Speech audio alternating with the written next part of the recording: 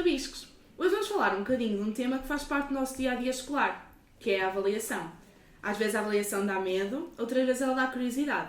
Mas afinal a pergunta que ficamos é, o que é mesmo avaliar? Quando falamos em avaliação, muita gente pensa logo em testes e notas e coisas assim, mas vai muito além disso. Avaliar é pensar e perceber como está a ocorrer o trabalho, tanto para o professor como para o aluno e para todos os pais envolvidos. É um momento de parar, olhar para o que foi feito e pensar, ok, o que é que já conseguimos e o que é que ainda podemos melhorar. No fundo, está explícito no Despacho Normativo número 1, de 5 de abril de 2016, é um processo de aprendizagem para todos, uma oportunidade de crescer, ajustar e seguir em frente com mais clareza. Talvez seja importante refletir sobre esta pergunta. Como é que os alunos gostam de ser avaliados? Para descobrir, fizemos um pequeno vídeo onde perguntámos isso mesmo a vários alunos de diferentes anos de escolaridade, que vai estar disponível na nossa página do Instagram. Os alunos mais pequenos do primeiro ciclo ficaram um pouco confusos com a pergunta. É um tema ainda muito abstrato para eles. Percebe-se que ainda estão mais habituados à ideia de ser avaliados por testes e não tanto por outras formas. Sim, é verdade, notou-se bem essa diferença. Os alunos mais velhos deram respostas mais variadas. Falaram em trabalhos de grupo, apresentações orais e até em atividades práticas que lhes permitem mostrar o que aprenderam de forma mais livre. Dá para perceber como a forma de olhar para a avaliação muda à medida da nossa idade e com a nossa experiência. Mas fizemos também outro vídeo em que perguntámos o que é para ti a avaliação? A realidade é que as respostas foram super sinceras. Muitos disseram que avaliar lhes traz ansiedade, ficam nervosos antes dos testes e apresentações, só que também houve respostas positivas.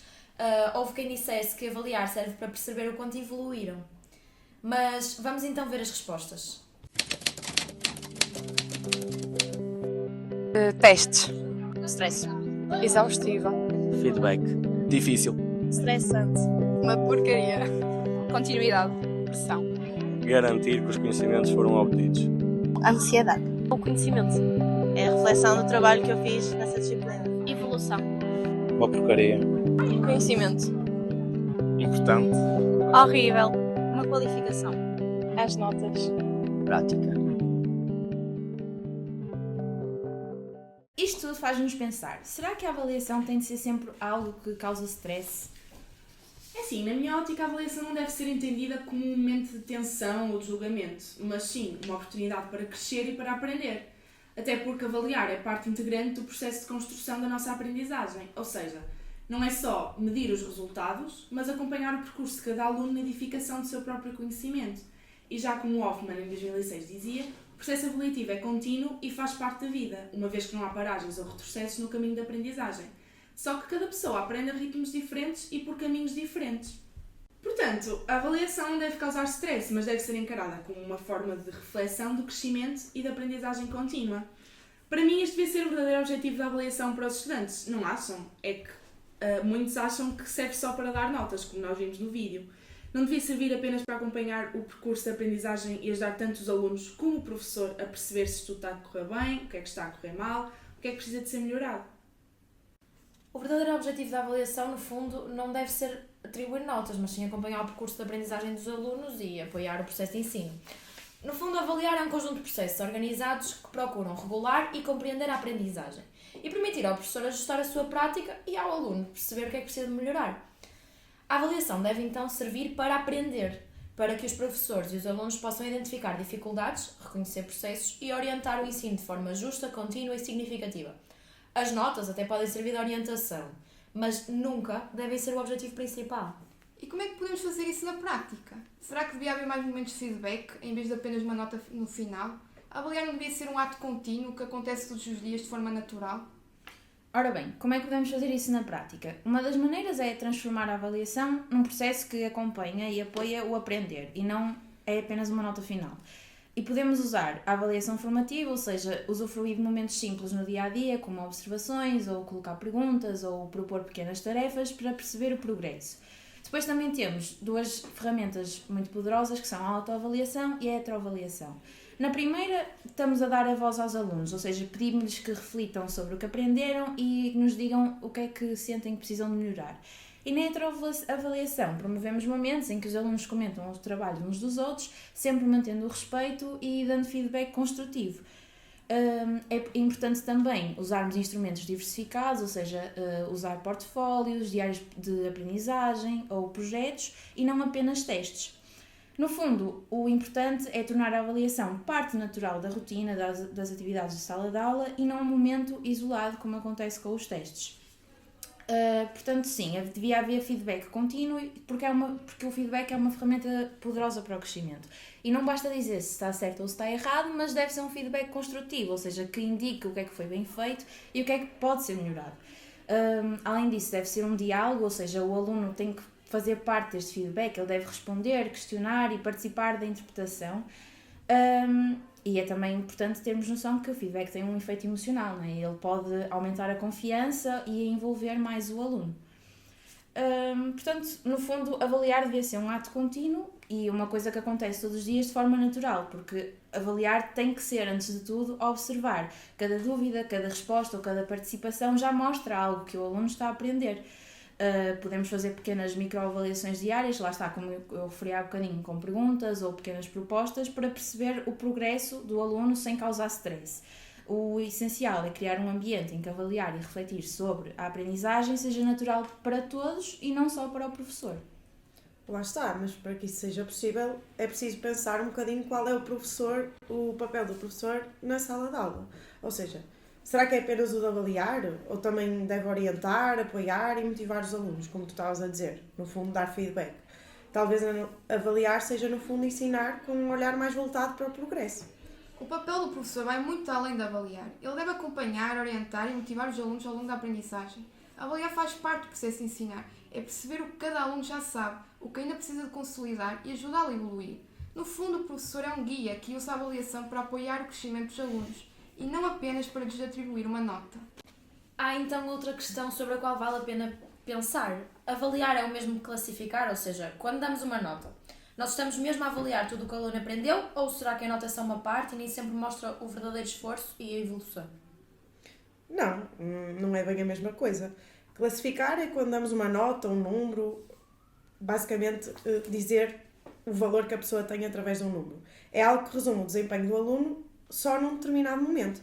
Mas avaliar vai muito para além disso. Avaliar é acompanhar o processo, perceber como é que o aluno está a evoluir, o que já domina, onde ainda tem dúvidas e como as pode melhorar. No fundo, quando damos uma nota, nem sempre conseguimos mostrar tudo aquilo que o aluno aprendeu. A nota é só uma parte, é uma espécie de uma fotografia de um momento concreto. Mas o esforço, a dedicação, a criatividade, o trabalho em grupo, tudo o que se desenvolve em contexto de sala de aula, tudo isso nem sempre aparece ali. Por isso, mais do que classificar, avaliar é olhar para toda a jornada, reconhecer o progresso, valorizar o caminho e o erro e ajudar o aluno a perceber o que pode fazer para continuar a crescer. No fundo, é transformar a avaliação numa ferramenta de aprendizagem e não apenas no resultado final. Lá está, temos ainda essa questão do erro, que muitas vezes continua ainda a ser visto como uma falha e não como uma oportunidade para melhorar, sendo que é exatamente isso que o erro é. Porque todos nós erramos e às vezes é mesmo nos erros que nós conseguimos perceber melhor o que é que ainda nos falta consolidar. Agora, mudando aqui um bocadinho do tópico, nós estamos a falar tanto sobre a avaliação como surgiu uma questão, que é, vocês sabem que existem vários tipos de avaliação. Existe a avaliação diagnóstica, que serve para perceber o ponto de partida do aluno, a formativa, que acompanha o processo, e, por fim, a sumativa, que avalia o resultado final. Vocês acham que alguma delas é mais importante que outra ou acham que todas juntas fazem mais sentido? Eu acho que todas juntas fazem mais sentido. Sim, todas juntas. Sim, eu também acho que sim, mas acho que a formativa, que acompanha o processo, é muito mais É melhor no eficaz. sentido de acompanhar o percurso do aluno. Sim. Sim, no fundo existem esses três tipos de avaliação, ou seja, a diagnóstica serve para conhecer o ponto de partida e depois perceber o que é que já está mais desenvolvido, o que é que precisa de se desenvolver mais. A formativa, que acontece ao longo de todo o processo de aprendizagem e tem como principal objetivo ajudar o aluno a progredir, ajustar o ensino às suas necessidades e também orienta muito mais o professor. E a avaliação sumativa, que ocorre geralmente no final da unidade ou período e traduz-se numa classificação ou nota que no fundo vai resumir o percurso realizado.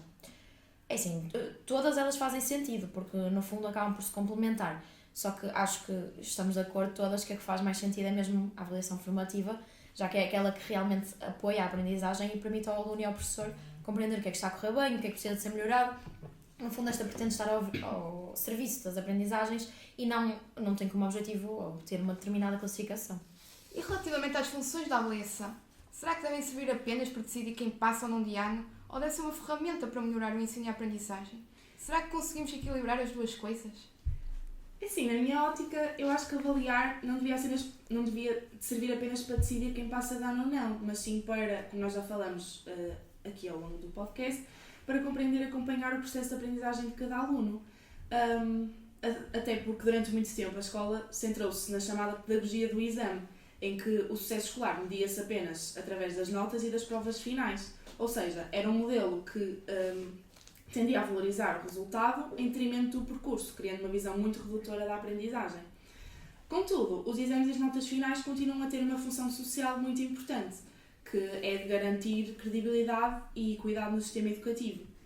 Contudo, já como diz AGI, em 2011, o desempenho num teste não é um indicador absoluto de competências, ou seja, pode refletir apenas um momento de distração do aluno, um nervosismo, uma dificuldade pontual que ele não conseguiu ultrapassar, ou seja, tem aqui vários tipos de fatores que fazem com que um teste ou um exame não determine aquilo que o aluno sabe ou não sabe.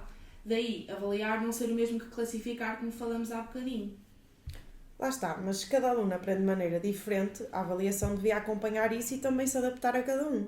Será justo comparar alunos entre si quando cada um tem ritmos e formas de aprender completamente diferentes?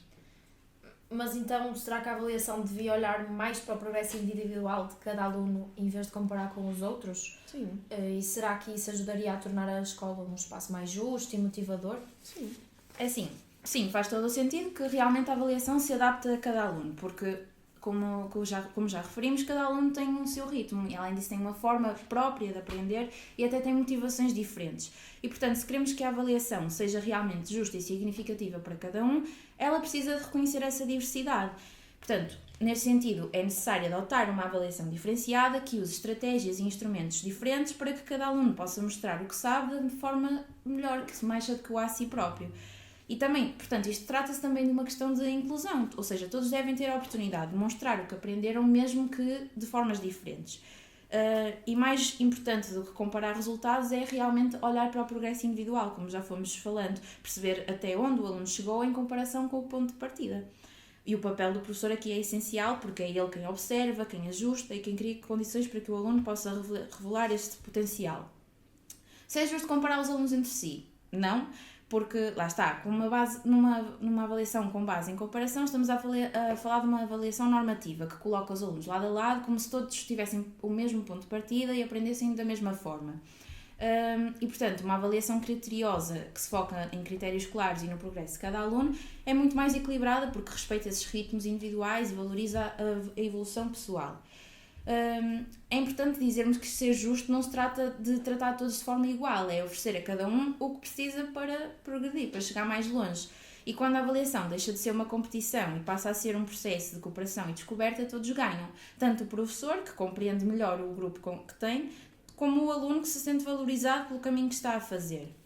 Portanto, sem dúvida que a escola seria um espaço mais justo e motivador se a avaliação fosse este processo que acabei de referir. Quando a avaliação olha para o progresso individual de cada aluno, ela torna-se mais justa e humana e, portanto, em vez de comparar, valoriza o esforço e a evolução de cada um, e isso faz toda a diferença, porque a escola deixa de ser um espaço de competição e passa a ser um lugar de crescimento e motivação para todos os alunos.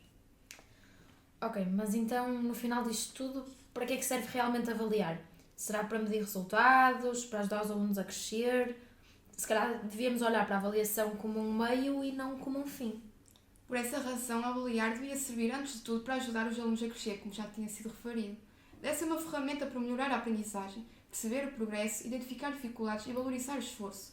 Quando é feita com esse propósito, a avaliação deixa de ser um momento de medo e ansiedade e passa a ser uma oportunidade para aprender. Ou seja, resumindo, avaliar é conhecer. É conhecer o aluno, é conhecer o seu percurso e todo o seu potencial. E como nós vimos nos vídeos que fizemos ao longo deste trabalho, a forma como avaliamos influencia a forma como os alunos a encaram e aprendem. Por isso, deixamos o desafio. Pensarmos a avaliação de forma mais humana, justa e motivadora. Uma avaliação que sirva para aprender e não apenas para medir. E no fundo foi isto sobre a avaliação. Concluímos o nosso episódio. Obrigado por nos acompanharem e até ao próximo episódio do Vozes e Rabiscos.